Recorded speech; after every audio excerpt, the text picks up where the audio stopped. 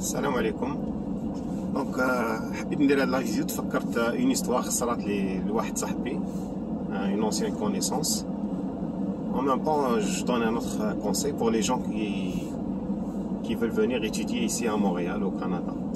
Donc, rapidement, l'histoire a dit, c'est quelqu'un que j'ai connu qui était à Montréal pour le centre d'aide aux nouveaux arrivants. Où il était inscrit comme étudiant à une université qui s'appelle l'université Laval pour étudier un diplôme en chimie. Voilà, le Cameroun. Donc c'est ça, je suis inscrit à l'université Laval. Voilà. Où en même temps la ville de Laval qui est proche de Montréal. C'est la ville qui m'a c'est la banlieue de Montréal, donc elle est proche de Montréal. Les loyers ils étaient un petit peu moins chers par rapport à Montréal, donc les gens s'établissent. Après un certain temps, donc quand on a quelques semaines, pour compléter certains documents, et à ce moment-là, il s'est rendu compte que l'université Laval là où il s'est inscrit, elle s'appelle l'université Laval, mais elle n'est pas du tout localisée à Laval. L'université Laval se trouve en fait à la ville de Québec, qui était loin de 300 km de Montréal.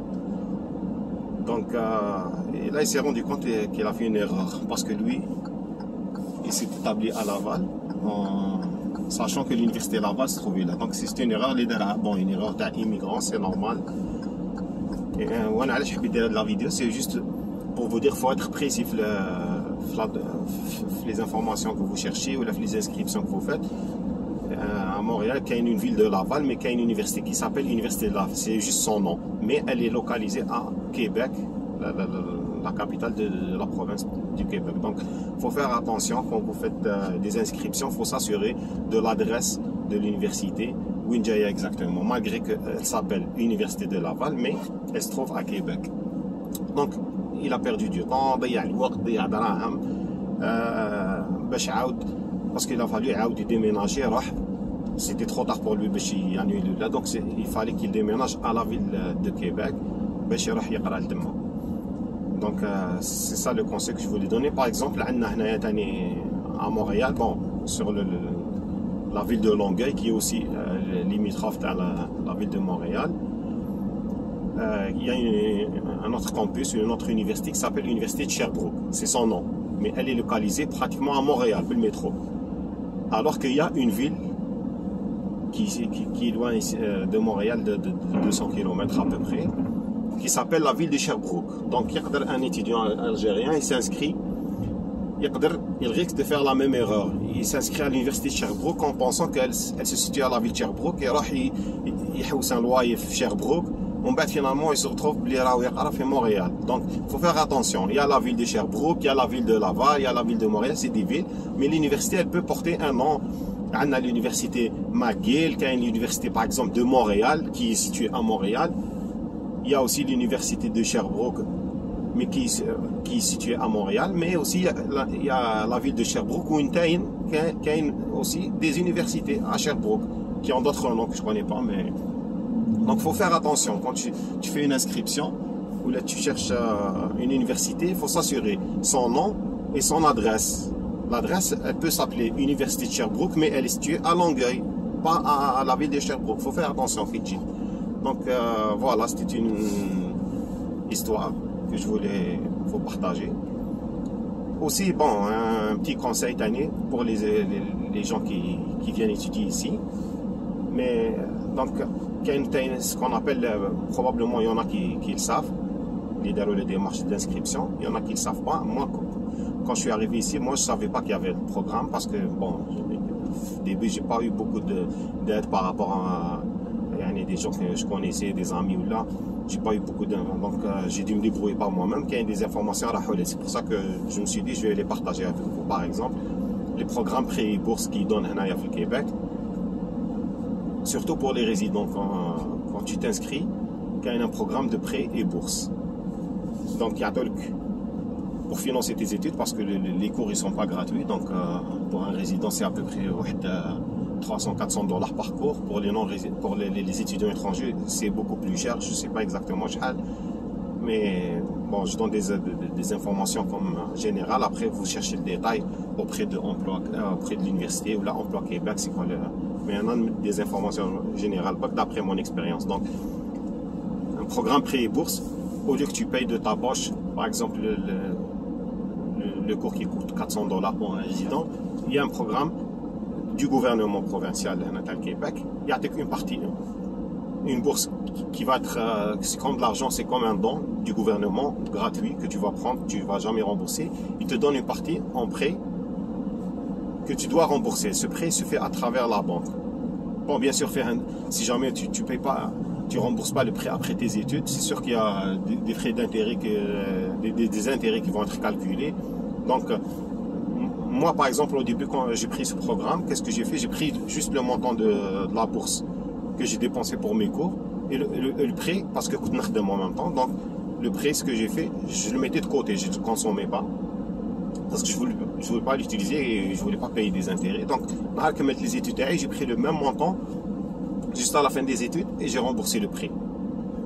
Ou le prêt et bourse, même pour le mettre d'emch, normalement, même une petite famille, par exemple, avec 2 enfants, tu peux vivre avec les allocations familiales, tu peux payer ton loyer, tu peux payer, donc tu peux te consacrer juste les études. Ou surtout, il y a une information. En tout cas, moi, au moment où je me suis inscrit à l'Ouart, c'était comme ça, en vigueur. Donc, il faut bonifier de l'information. Est-ce que c'est toujours en vigueur? Est-ce qu'il y a eu des changements? Mais bon, comme d'après les informations que j'avais,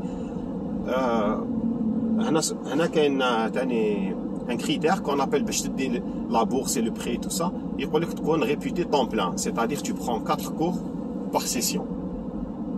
4 cours, chaque cours, par exemple, c'est 3 heures par jour. Tu as 12 heures la semaine par session. Si tu prends moins, ممكن ما يعطوكش le prêt bourse. Par contre, pour les gens qui ont des enfants de moins de 6 ans, ils peuvent prendre juste 2 cours au lieu de 4 et ils sont quand même réputés être à temps plein. Donc ça, c'est un critère pour aider les familles avec des enfants. Donc tu peux prendre juste 2 cours au lieu de 4 et tu es réputé temps plein. Donc ce qui t'aide, tu vas avoir juste 6 heures par semaine, donc tu peux te consacrer à ta famille.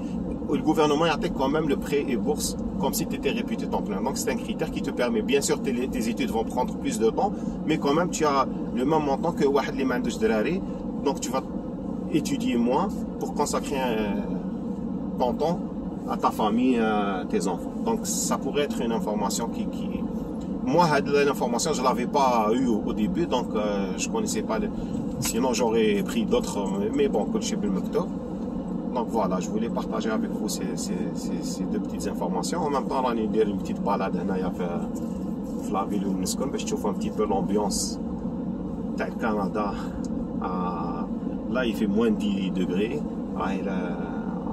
L'après-midi, mais il y a الحالة كاع راهي غريز ما تقدر تعرف في الصباح ما تقدر تعرف. هنا رانا 3 heures moins 20 de l'après-midi.